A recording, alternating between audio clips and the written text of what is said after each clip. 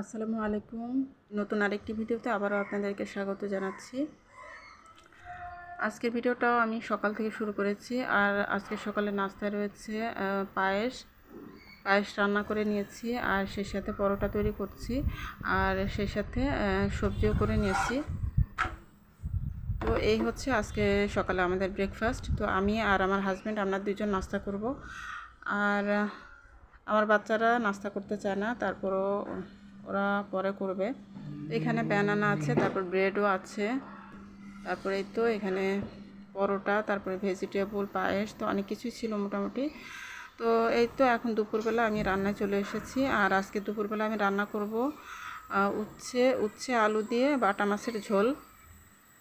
এটা হচ্ছে ছোট ছোট যে উচ্ছে থাকে সেগুলো।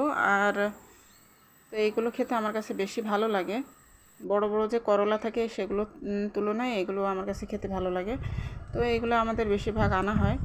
তো এখন এই তো আমি তরকারিটা বসিয়ে দিচ্ছি। তো ফার্স্টে আমি কড়াইতে সরিষার তেল দিয়ে দিয়েছি পরিমাণ মতো, তারপর কালো জিরা ফোড়ন দিয়ে দিলাম, দিয়ে তারপর এখন এই তো কিছু রসুনের কোয়া দিয়ে দিলাম। আর এগুলো আমাদের দেশীয় রসুন, তো এগুলো অনেক ছোট ছোট হয় কিন্তু খেতে অনেক ভালো লাগে। তো এখন এই তো আমি রসুনগুলোকে নাড়াচাড়া করে হালকা লালচে করে ভেজে নিয়ে তারপরে আমি সবজিগুলো দিয়ে দিব। আর এই প্রচণ্ড গরম পড়ছে কয়েকদিন, তো এই গরমের মধ্যে এ ধরনের তিতা জাতীয় খাবার খেতে কিন্তু খুবই ভালো, আর এটা স্বাস্থ্যের জন্য অনেক উপকারী। তো আমি একদমই পাতলা করে ঝোল করব, আর সে সাথে একদমই অল্প মশলায় রান্না করব। তো এই গরমে আসলে বেশি তেল মশলা খাওয়াটাও স্বাস্থ্যের জন্য ভালো না। তো এখন এই তো আমি কাঁচামরিচ ফালিয়ে দিয়ে দিলাম, তারপরে আমি কিছু পেঁয়াজ কুচি দিয়ে দিলাম। পেঁয়াজগুলো আমি একটু মোটা মোটা করে কেটে নিয়েছি। তো এই তো আমি পেঁয়াজগুলো পরে দিচ্ছি, কারণ পেঁয়াজগুলো বেশি ভাজা লাগবে না। পেঁয়াজগুলো আমি সবজির মতো করে আর কি করে নিব, তো আমি এই কারণে পরে দিয়েছি।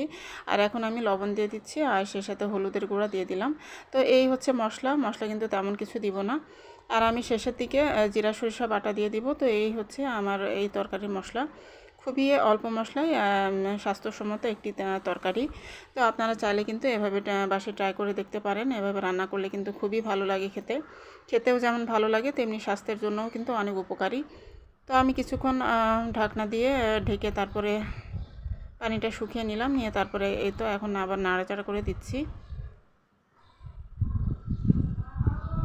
তো এই তো বেশ কিছুক্ষণ আমি তেলের মধ্যে সবজিগুলোকে ভেজে নিয়ে তারপরে আমি অল্প করে একটু পানি দিয়ে তারপরে কষিয়ে নিব সবজিগুলোকে, যেহেতু সবজিগুলো অনেকটাই কাঁচা, তো এই কারণে সবজিগুলোকে আমি ভালোভাবে কষিয়ে নিয়ে পরবর্তীতে আমি ঝোলের পানি দিয়ে দিব। তো এখন কষানোর জন্য আমি অল্প করে পানি দিলাম, দিয়ে তারপরে তো এখন ঢাকনা দিয়ে ঢেকে রেখে দিচ্ছি। তো কিছুক্ষণ পরে আমি আবারও ঢাকনাটা তুলে এই যে এখন দেখছি যে পানিটা শুকিয়ে গিয়েছে।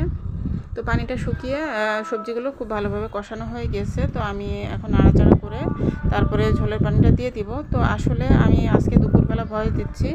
আসলে যখনই ভয়েস দিতে যায় তখনই দেখা যায় যে চারিদিক থেকে অনেক ধরনের নয়েজ আসে, আর রাতের বেলা ভয়েস দিলেও দেখা যায় যে কুকুরের অনেক জোরে জোরে ডাক আসে। তো আসলে কোনো সময় শান্তি করে ভয়েস দেওয়া যায় না। তো আপনারা প্লিজ ক্ষমা সুন্দর দৃষ্টিতে দেখবেন। তো এখানে তো আমি ঝোলের পানি দিয়ে দিয়েছি, দিয়ে তারপরে ভেজে রাখা বাটা মাছগুলো দিয়ে দিলাম। আর এখানে এই যে সেই মশলাটা, তো আমি জিরা সরিষা বাটনা এটা দিয়ে দিলাম পরিমাণ মতো, দিয়ে তারপরে তো নাড়াচাড়া করে আমি ঢাকনা দিয়ে ঢেকে হাই হিটে রান্না করব। আর করলার তরকারিটা আপনারা সবসময় একটা জিনিস লক্ষ্য রাখবেন যে হাই হিটে রান্না করতে হয়, কারণ লো হিটে বা জাল কমিয়ে রান্না করলে কিন্তু তিতা হয়ে যায়। আর হাই হিটে রান্না করলে কিন্তু করলা তরকারি তিতা হয় না। আর মাশাআল্লাহ আমার এই তরকারিটা কিন্তু একটুও তিতা লাগেনি। আর আমার হাজব্যান্ডও কিন্তু খুবই পছন্দ করেছে এই তরকারিটা। আর বিশেষ করে আমার ছোটো মেয়েটাও খেয়েছিল। তো আমার ছোটো মেয়ে কিন্তু করলা কখনোই খায় না, কিন্তু এই তরকারিটা খেয়েছিল, যেটা সত্যি কথা আর কি। ওর কাছে অনেক ভালো লেগেছে আমার ছোটো মেয়ে, এবং পরবর্তীতে ওকে দেখে আমার বড় মেয়েও খেয়েছিল। তো আসলেও অনেক ভালো লেগেছিলো আসলে তরকারিটা। আর বিশেষ করে যে জিরা সরিষা বাটনাটা আমি লাস্টের দিকে দিই, তো এটার কারণে কিন্তু তরকারির টেস্ট অনেক গুণ বেড়ে যায়। তো এইভাবে কিন্তু আপনারা একবার আমার কথা মতো ট্রাই করে দেখবেন। তো জিরা সরিষা বাটাটা দিয়ে এভাবে তরকারি রান্না করে দেখবেন, খেতে খুবই ভালো লাগে। আর এই বাটনাটা কিন্তু শেষের দিকেই দিতে হয় ঝোলের পানি দেওয়ার পর। তো এই তো তৈরি হয়ে গেল আমার মজাদার তরকারিটা। তো প্রচণ্ড এই গরমের মধ্যে এই করলার তরকারিটা কিন্তু খেতে খুবই ভালো লেগেছিলো আমাদের কাছে। আর আপনারা যদি আপনাদের কাছে আমার এই রেসিপিটি ভালো লেগে থাকে তাহলে আপনারা বাসায় ট্রাই করে দেখবেন। আশা করছি যে আপনাদের কাছেও অনেক ভালো লাগবে। তো আমার ভিডিওতে যদি কোনো কিছু ভুল ত্রুটি হয়ে থাকে তাহলে প্লিজ ক্ষমা সুন্দর দৃষ্টিতে দেখবেন। আর নতুন যারা আমার চ্যানেলটি ভিজিট করবেন তাদের কাছে আমার রিকোয়েস্ট যে আমার ভিডিও যদি আপনাদের কাছে একটুও ভালো লাগে তো আপনারা আমার চ্যানেলটি সাবস্ক্রাইব করে আমার চ্যানেলের একজন সদস্য হয়ে থেকে যাবেন প্লিজ, আর আমাকে একটু সাপোর্ট করবেন। আর এই তো দুপুরবেলা আমি আরও যা যা রান্না করেছিলাম সেটাও আপনাদেরকে একটু দেখিয়ে দিচ্ছি। তো এখানে আমি সজনে ডাঁটা আর কাঁচা আম দিয়ে ডাল রান্না করেছিলাম। তো এই আমগুলো আমাদের গাছের আম, তো আমাদের বাগান যে আছে বাগানের আম। আর এখানে এই যে সরিষা ইলিশ করেছি অল্প করে আর কি, আমাদের দুইজনের জন্য। তো আজকের মতো এখান থেকে বিদায় নিচ্ছি। আল্লাহ হাফেজ, আসসালামু আলাইকুম।